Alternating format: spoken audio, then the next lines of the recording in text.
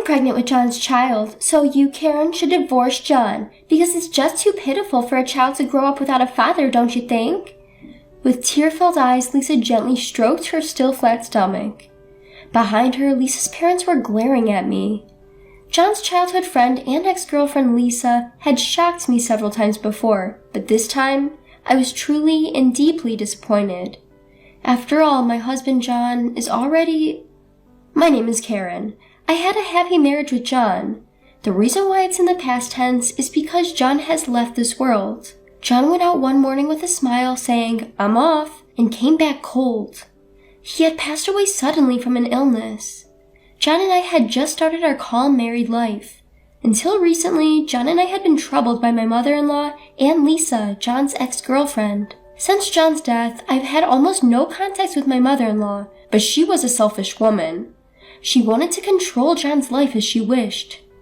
The young John was a good listener to his mother, and Lisa was almost like a fiancé chosen by their parents. They were told by their respective parents that they were a couple, so until they were in middle school, they really thought they were lovers.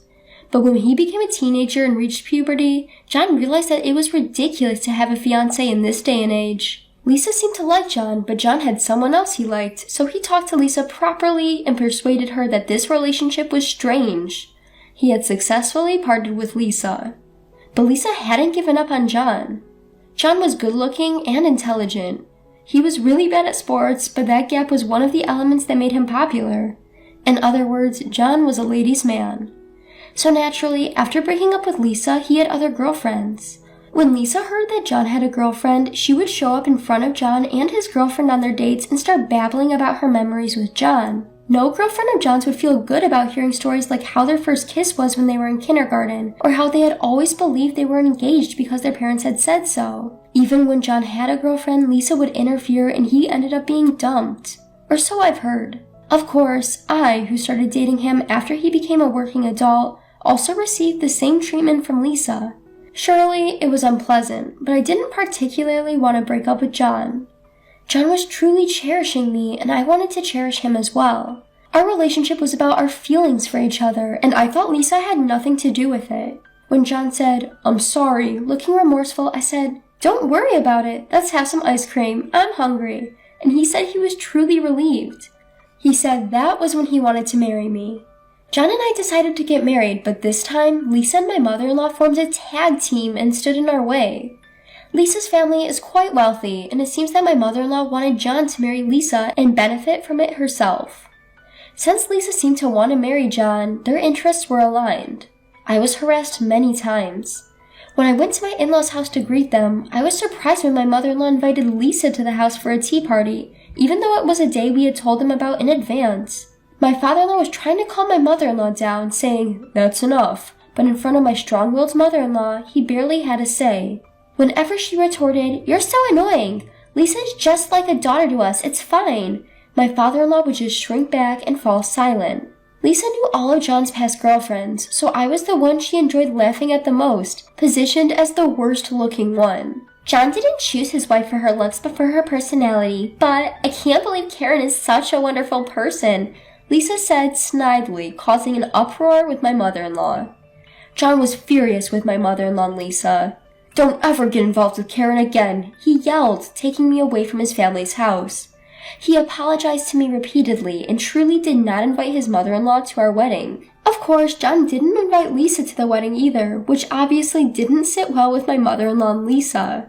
In revenge, my mother-in-law and Lisa waited for a moment when John wasn't home and visited our new home. I was told by John that I didn't need to interact with them, so the moment I saw them on the security camera, I asked them to leave, but they didn't give up. Since they kept repeatedly ringing the doorbell and causing a commotion outside, I reluctantly opened the door because I didn't want strange rumors to spread around the neighborhood. My mother-in-law and Lisa, who barged into the house, looked around and started complaining about the interior. The indirect lighting that John had chosen with care was just tacky to Lisa. When I said John chose that, Lisa instantly flipped her stance and said, "That's so John, I thought it was a nice design," making me feel her bitchiness. I served them snacks and tea because they arrived uninvited and started saying they were hungry, but I was incessantly nagged by my mother-in-law for not serving homemade stuff, and Lisa complained the tea was bitter. After they had their fill of complaining, my mother-in-law and Lisa left before John came home. Exhausted, I fell asleep on the sofa, and when I woke up, John had gently covered me with a blanket. I reported everything that had happened that day to John. John, furious, called his family's house and Lisa to complain, but his family showed no remorse, and Lisa was thrilled to get a call from John after so long. I realized that whatever we said to these people were meaningless. After discussing it with John, we decided not to open the door if my mother-in-law and Lisa came again, and to call the police if they caused a commotion outside. If they still didn't leave, we decided to consult the police. After that, it was really tough when my mother-in-law and Lisa actually came and we had to call the police. But perhaps because they were scolded by the police, my mother-in-law and Lisa finally calmed down and never came to our house again. It was tough, but we should be able to lead a peaceful life from now on. Believing so, John suddenly passed away. At the funeral, I was in a daze all the time, clinging to the coffin and crying. My mother-in-law told me it was because I had stressed John out that he had passed away so early. If my parents hadn't defended me, I might have followed John. I thought Lisa would come to the funeral, but she didn't. Even now, I shudder to think what would have happened if they had accused me together. 3 years had passed since John's death, and I was still living in the house we had shared. It was brief, but I simply couldn't bring myself to leave the house filled with memories of my time with John. One day, as I was enjoying the peace and quiet time, the doorbell rang. When I checked, the monitor showed Lisa and a couple who resembled her, likely her parents. Behind Lisa's smiling face, her parents wore stern expressions. Though curious, I decided to invite them in. Since the anniversary of John's death was approaching, I opened the door without any suspicion, which was a mistake. Long time no see, Karen. You see, I'm pregnant with John's child, so you have to divorce John, okay? It's not fair for a child to grow up without a father, right? Lisa explained, her big eyes welling up with tears as she caressed her flat belly. I'd been flabbergasted by Lisa before, but this time I was genuinely dumbfounded. After all, my husband John had already passed away. As I was trying to make sense of her words, her parents stepped forward and began to raise their voices. Even though John was married, he made a move on our Lisa and got her pregnant. We want him to take responsibility. You aren't going to say that Lisa should raise the child alone, are you? That's completely absurd. As the trio made a scene at the entrance, I felt a chill run down my spine. Even after John's death, Lisa continued to torment him. John was always kind and gentle, but Lisa caused him so much trouble. I'd seen John stressed out over Lisa numerous times. I couldn't forgive her. With that thought, I invited Lisa and her parents inside, saying, "It's no good to keep standing there." I led them into the family room, where our family's portraits were displayed. Lisa's parents, who entered the room before her, let out a surprised, "What?" when they saw the portraits. Lisa peeked into the room, her eyes wide and her voice catching in her throat. Of course she'd be surprised to see John's portrait displayed.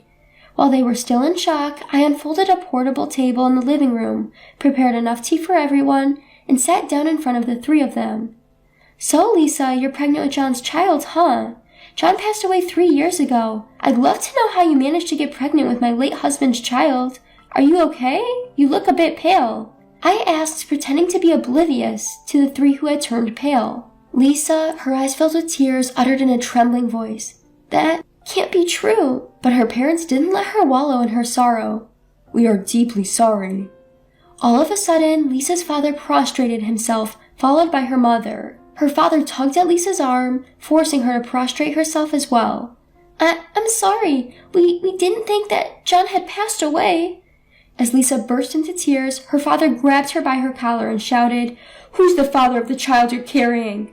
Lisa then started to reveal her misconduct. The reason Lisa stopped visiting our house abruptly was not that she had given up on John, but because she had been transferred for work. The parents of Lisa and John no longer communicated, and it seemed this family truly did not know that John had passed away.